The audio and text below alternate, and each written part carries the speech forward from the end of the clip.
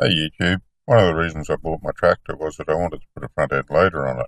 Depending on your point of view, I'm either getting too old or too smart to be wanting to barrow things around the yard anymore, so I thought a front end loader would be the ideal answer.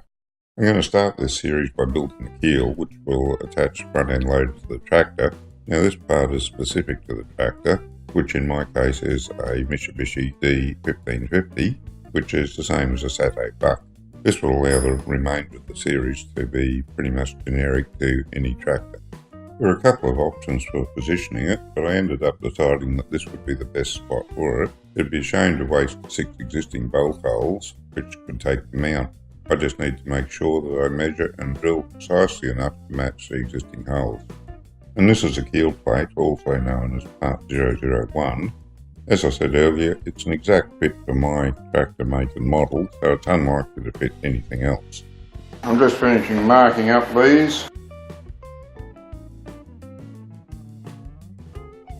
This is a mount plate onto the Mitsubishi D1550 tractor. It should also fit a Sato Buck 370, I believe, but check that for yourself.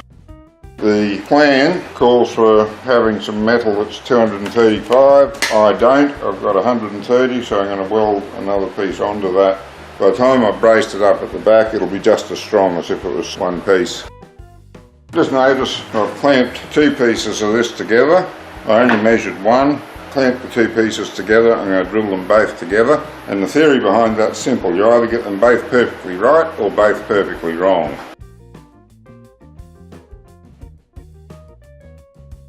Well, that's all 12 holes drilled, just by drilling 6. In order to get a good weld on this heavy metal, I beveled both sides in and left a 3/32 of an inch root base on it, which is about 2.5mm. Nice bevel and decent root base on all of them. I can go ahead and weld them together. Got 2 pieces of the keel now clamped to this bit of 4x4, 100mm by 100mm SHS. Just because my welding table isn't entirely level. It's got to be 50 years old. I remember the old man building it. I'm going to have to build myself a good welding table. I've got some of the material I need for it. As soon as I collect some more, I'll start building that. But anyway, for now, I've got to make do with what I've got. And this scrap piece of 4" by 4" SHS is about as straight and level as I've got. I've had a square on it, so I'll put the square away, but there's a straight edge there. He's sitting dead level on that. I'm going to tack the 2 ends, and I'll probably tack them, I think, with some 60-13. Once I get the tacks on, I'll run 70-18 for the root and pillar for the rest of it. Here's my high-tech feeler gauge. That's holding a bit on that end. That won't matter because I've got to cut the bolt along the bottom anyway, so the distance that way isn't all that critical. I'm just going to run my machinist square over it again, make sure that didn't pull. That is near perfect.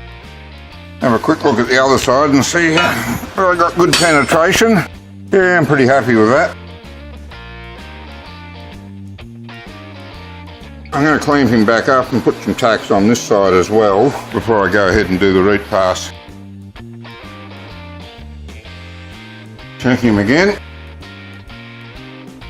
He is good.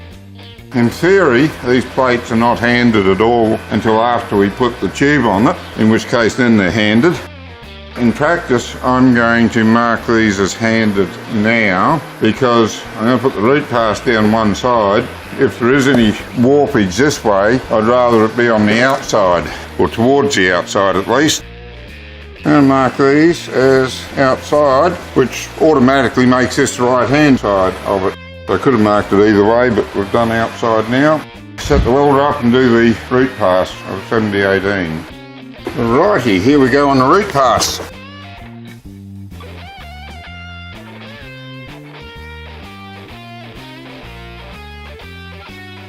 How much damage have we done? Whoa, none at all. Beautiful. I've got a few more passes to do on him. I'll turn him over and have a look. I might do one more pass down the other side and then put him aside to cool off a bit. Whoa, nice root pass.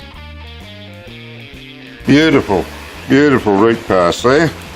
You can just see where I stopped and started, but other than that, he's nicely filled. And I will run a pass from this side as well.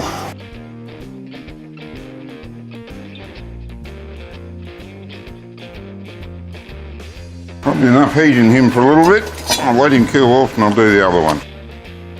Doing the second one is just a repeat of the first, and I proved that if you take your time and pay attention to detail, even a mediocre welder like myself can get two perfect results. Now that I had reed passes on both pieces, it was time to do the fill passes, and that's just more of the same. Take your time, attention to detail, keep an eye on the weld bead, and again, I'm very happy with those welds, came out with two perfect pieces. I wanted to do a close-up of that weld bead. When I do the next pass and grind that, you won't know that that's not a single piece of metal. After the reed pass, I laid two fill passes down each side so that I brought the weld up level with the surface of the metal. In doing so, I tried to maintain a fairly flat bead on them, and I'm very happy with the outcome. I'm quite confident that I've lost nothing in strength as opposed to having a solid piece once it's all braced up and welded into the assembly. Alright YouTube, as you can see, I've painstakingly transcribed the shape of the keel plates onto these parts. That's it there. You might notice some adjustments to the measurements. That's why the plans aren't approved until I've actually built it. And a good reason not to build anything from plans that you download that don't have an approved date on them. The approved date doesn't mean anything other than that I built it and it fit. Doesn't mean it's strong enough, doesn't mean it won't break, doesn't mean it won't kill you. Just means that I have built it and it worked for me. So anyway, on with the job. I'm going to have to cut that out with the plasma cutter. I'm going to start just by cutting this top piece out here, just in case I've got to make any adjustments around this. They may flow into these other lines, so I'll cut this off and do a test fit first. If that fits, then I'm good to cut the rest of it. Alright, I'm going to plasma this top piece out. I've got a couple of pieces of old scrap angle iron just clamped in there. I can get a reasonably straight cut with it. Here we go. Take him back, let him cool off and test fitting. I'm going to set this other one up. I'm going to cut him while I'm waiting for that first one to cool. No doubt that it's going to fit now, so I'm going to take this cut from the front lower and that'll just leave this bottom cut, which I need to see how the cross brace clears the gearbox before I want to make that. Cutting the second one now.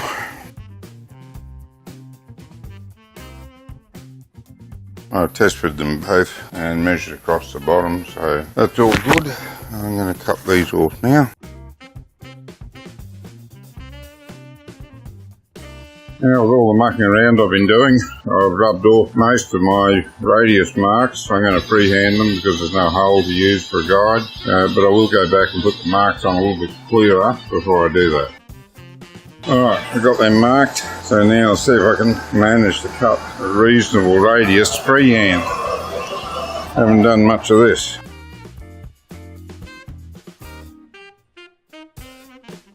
Great, done, just got to neaten them up with a grinder now. Alright, next job to do is to grind these even. Not that they have to be even, but they have to be smooth, so they may as well be even.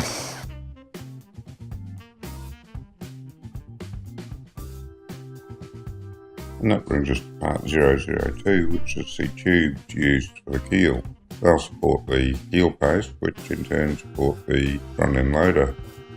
I've cut the two keel tubes now, and just roughly placing them by eyeball.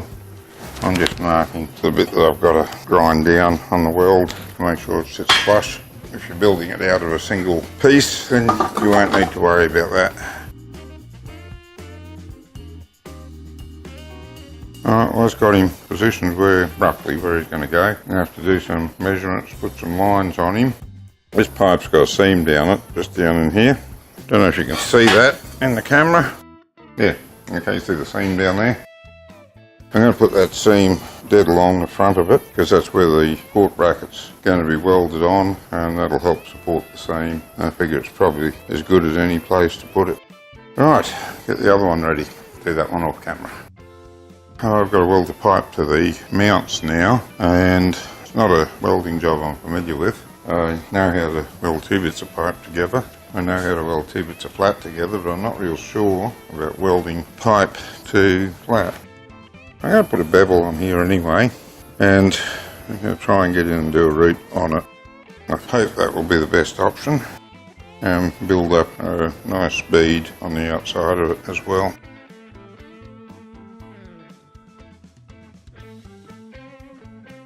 I've got the pipe more or less set up there on the mount plate.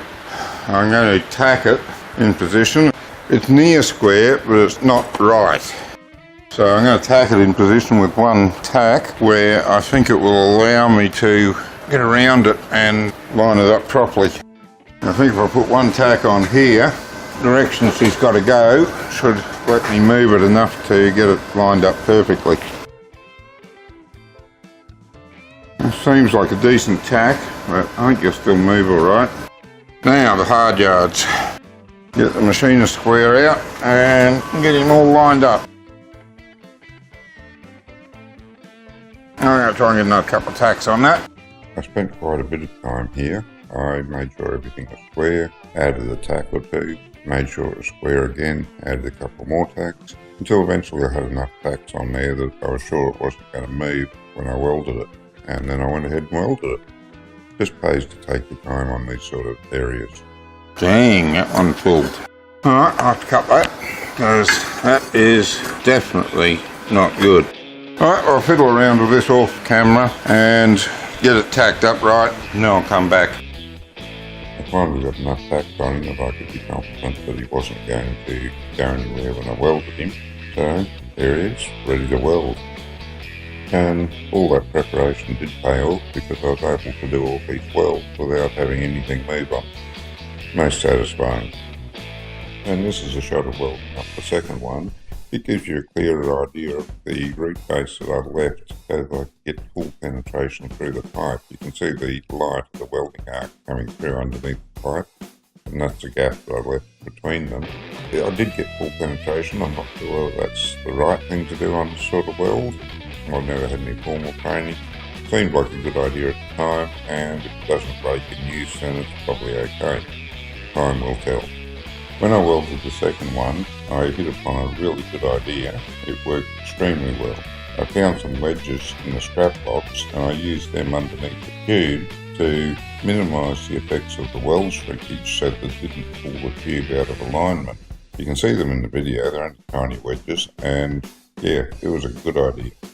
Once I had it all tacked up, it was just a matter of doing multi-pass welding to put a reasonably large bead on it so that I could be confident that it was going to hold together. I did 6 passes to get the bead there with 70-18 rod, and then just to finish it off and make it look neat, I did one final pass with 60-13 with a wide weave, a nice smooth cap over the entire weld. That last pass was entirely cosmetic, and I know it will add nothing to the strength. Thanks for taking the time to watch this video. I think this episode's quite long enough for one upload. I'll finish building the keel in the next episode. If you'd like to see more of my projects, you can go to my YouTube channel or browse to my website. Until next time.